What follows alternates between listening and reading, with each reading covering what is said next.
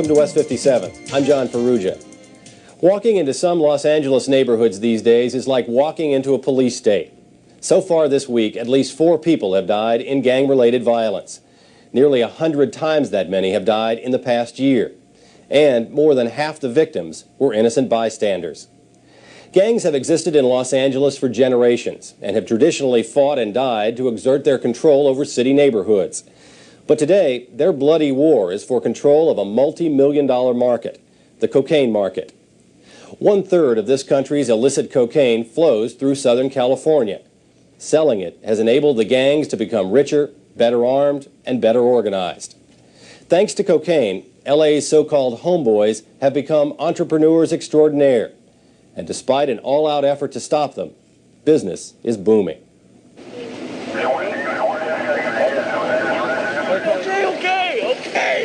Okay. That's not necessary, man. Go into the car. Where are you guys on your way to? That's him. Except for he doesn't have his hat with him. Did you know Twin? Twin, yeah. The one that got shot right back there? Yeah. You know him? Police estimate that there are now as many as 600 street gangs in Los Angeles County and 70,000 gang members. Most loosely identify themselves with the Crips, who wear blue, or the Bloods, who wear red. We take them to jail for anything and everything we can.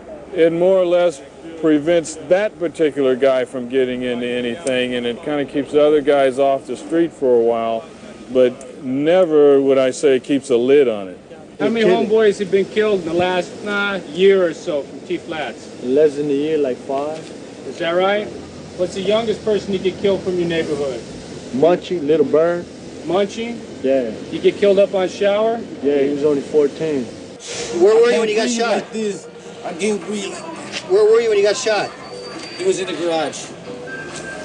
Okay, here they are. They're going to be taken in an ambulance.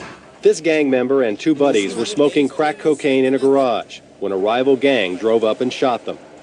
20 minutes after these pictures were taken, Lorenzo Crosby was dead. Gang banging nowadays is way dangerous. Killing and shooting, and mothers getting took out, and brothers and sisters get killed. Ride-by shooting, innocent bystanders get killed. Charles Grimes, whose street name is Rock, joined a gang when he was 12 years old. Now, at age 20, he's in jail. Have you ever been the shooter in a drive-by shooting? Yes, I have. People get hurt? I don't know. You don't stand to watch to find out. Just keep going, you know. It don't. Some people it bother. Some people it don't. I've been about 4 or 5 times. Why would you be involved in a drive-by shooting? What would cause you to want to drive by and fire at somebody? Well, say for instance, one of my homeboys get killed, one of them gets shot up. Just retaliation. Is it easy to pull the trigger on somebody? Yeah, it's easy to just shoot and ride by. You know what I'm saying? Because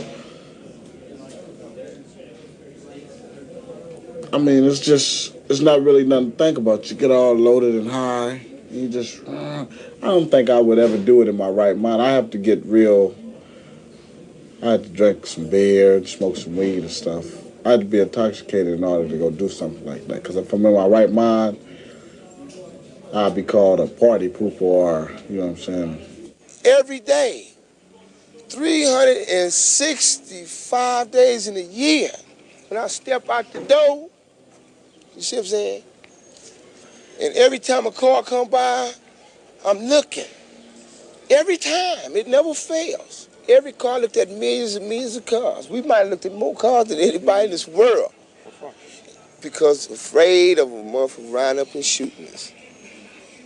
You have to feel that way. If you don't live long around here. It's like we preparing ourselves to like die. Harvey is a Crip gang leader from Compton, California. And they got my brother right there. Police now consider black gangs the most powerful and the most dangerous. Most teenagers still join gangs for social status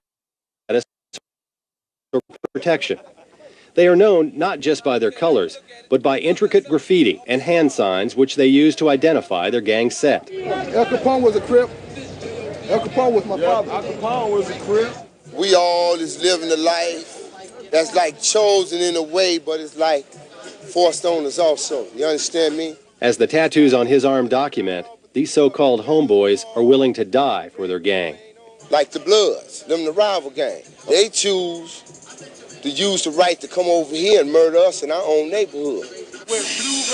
The killing today is not over who will control the neighborhood turf, but who will control the neighborhood cocaine. There are more casualties because the stakes are much higher. It's incredible the amount of money that's out there. A lot of these guys out there on the street that are selling, rock, cocaine, or crack, these guys are supporting their families. Some of these guys make more money than their parents make. Eddie Allen is with Operation Safe Streets, a special unit of the Sheriff's Department that patrols gang neighborhoods in Los Angeles County. There they go. Hey, Ron, you watch the car? I'm going to go around the other side. You the guy who ran the other night? No, it wasn't you. A lot of people on the street carrying beepers. You see a lot of people carrying beepers. My brother's a doctor. Your brother's a doctor, huh? Yeah, okay. Doctor what? Crack doctor? Kids as young as 12 years old carry beepers. They're connected to drug dealers with mobile phones who call them to make deliveries of crack cocaine. The dealers know that even if these kids are busted, they won't get any jail time because they're minors. Today, there's not a black gang in the city or the county that's not involved in narcotics. So, it's hand in hand. When the narcotics dealers set up, they just can't come into the area and start selling narcotics because the gang members won't allow it. They have to cut them in. And by having gang members there, that gives the narcotic dealer an organization that's already set up to do business. You know why you're doing this? No? I know why, but I wish not to even talk about it. What began as a disorganized crime network has quickly mushroomed into one of the most successful businesses in America. Last year alone, the Los Angeles Police Department confiscated more than 13,000 pounds of cocaine, with a street value estimated at more than $1.8 billion. And that's only a fraction of what's on the street. There are people that are fronting huge amounts of money. I'm talking about millions of dollars. Lieutenant Bob Rukoff is head of criminal intelligence with the Los Angeles Police Department's CRASH program, a program to suppress gang activity in the city. I'm talking about a lot of people that are running around out there with sophisticated weapons that are providing security and protection for the money and the narcotics that's out there on the street. I'm talking about exporting this trafficking not just throughout LA County or even Southern California, but all over the western half of the country. I'm talking about laundering money, investing it in a legitimate business to cover up the fact that it's been obtained illicitly, and moving tons of cocaine. And if that's not organized crime, then I'm not a cop. Organized or not, like any other growing business, the gangs are now searching for new markets. I heard a lot about Seattle, so I thought I'd take a trip out there and see how it was. LA is too much competition, You got drug wars, you got gang wars, you got robberies, you got murders, you got all type of things happening. So you want to get away from all that and try to go way out somewhere where you might not see so many LA people. So Rock moved into this Seattle neighborhood, right behind a popular night spot that has since been busted with 5 kilos of cocaine. I've seen that you can make easily money up there quicker than LA, without less of a problem. People come up from California gangs, usually Bloods and Crips. And what happens is they will come in and they will find out who the local narcotics dealers are, who's selling rock in any given area. And when they do that, they'll muscle their way in. They'll just come in and they'll tell them, you're going to sell our dope, or you're not going to sell any. Detective Tim Perry is with the Seattle Police Department's Narcotics Division.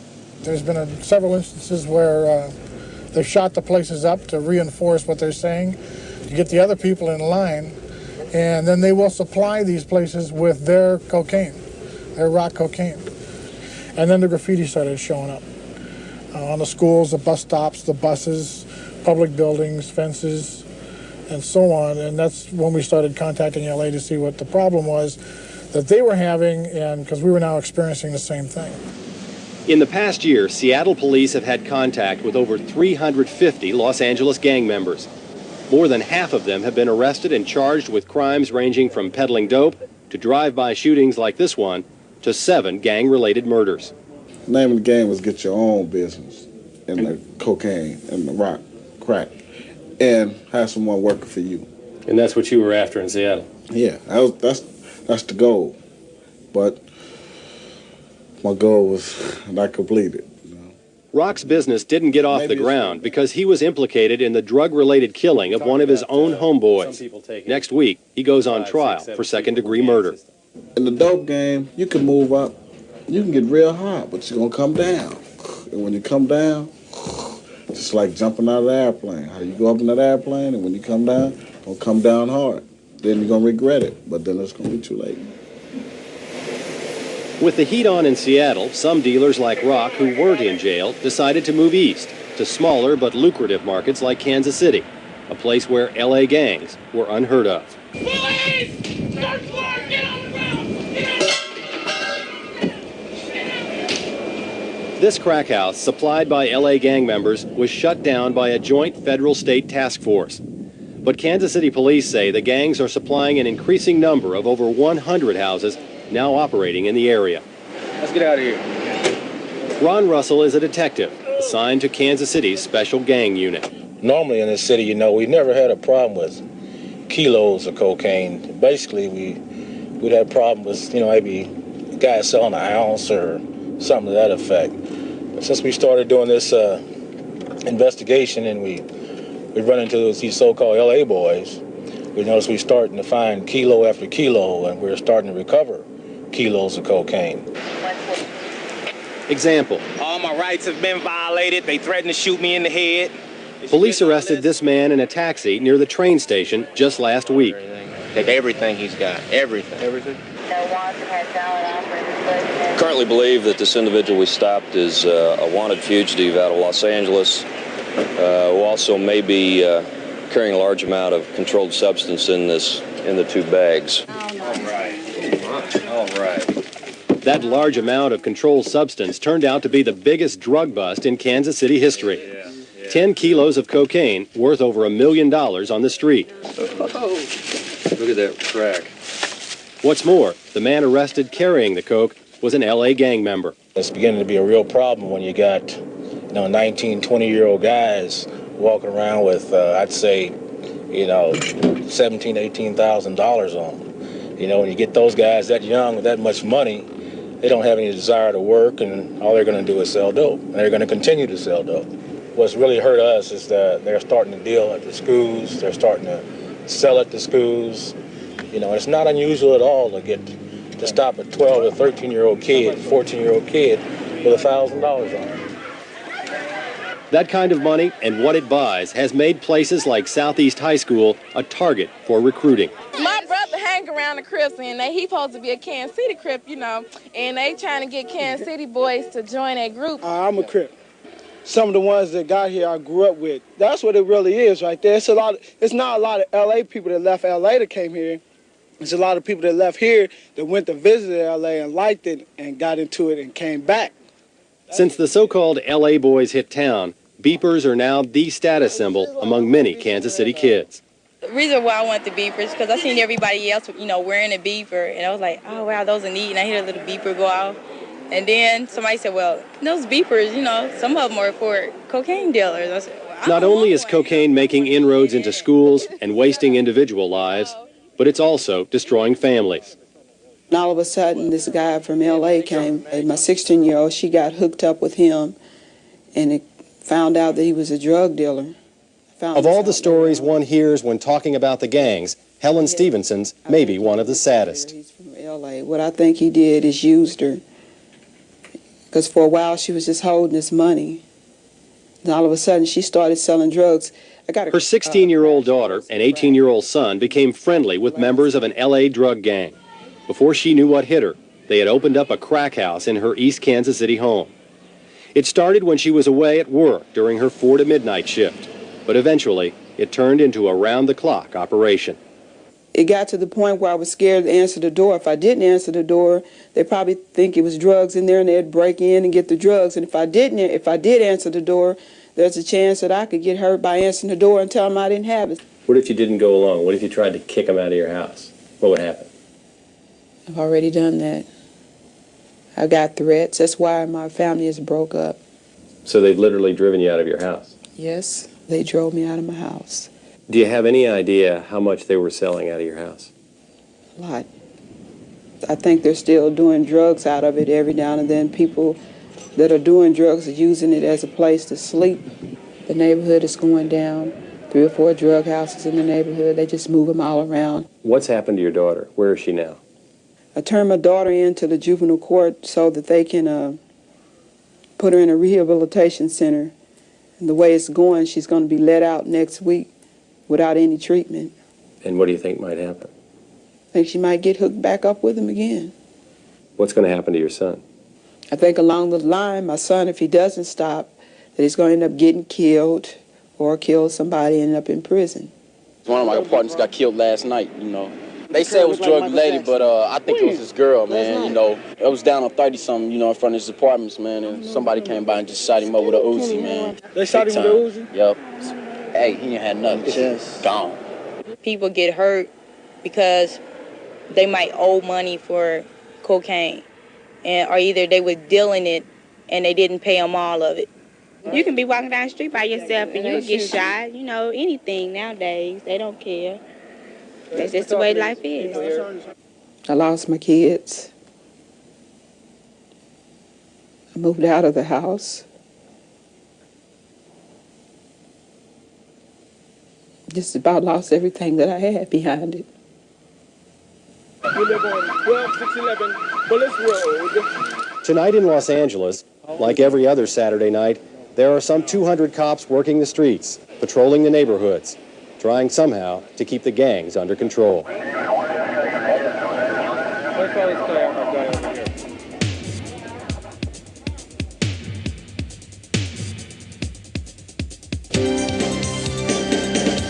We'll be back with more of West 57 after this.